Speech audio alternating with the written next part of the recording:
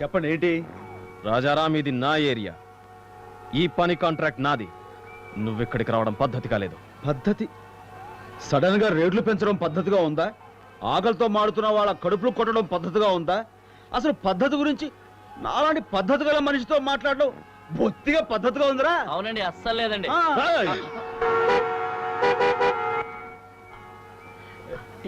ఏంట్రా నన్ను ఊరే అంటాడేంటి? మీ గురించి తెలియకని ఉంటాడండి. విషయం ఏంటో చెప్పండి.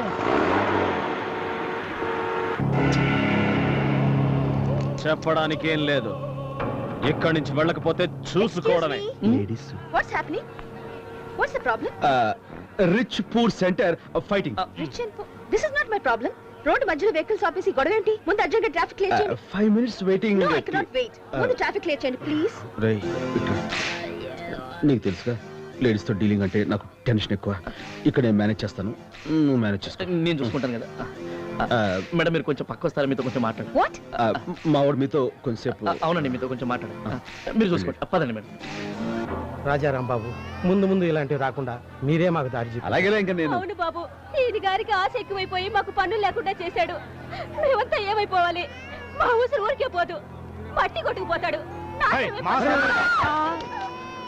ఏంట్రా ఆడ మనిషిపై చేసుకుంటావా?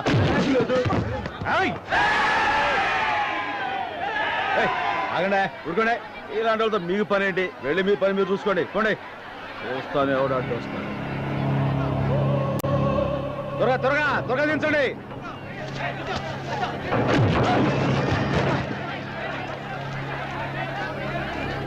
ఏంది ఏంది? రామాంజనేయ యుద్ధం సినిమా చూస్తున్నారు. వెళ్ళండి, వెళ్ళి మీ పని మీరు చూసుకోండి. నా పని నేను చూసుకుంటాను. మీ పని కానీ.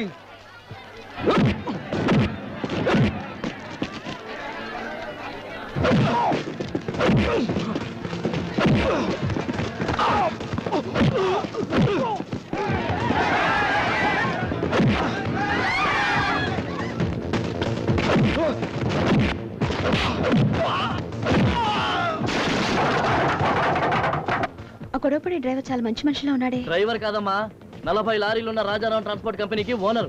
కష్టపడి పైకి వచ్చిన మనిషి కదా, అందుకే కష్టజీవులు ఇంకా మర్చిపోలేదు.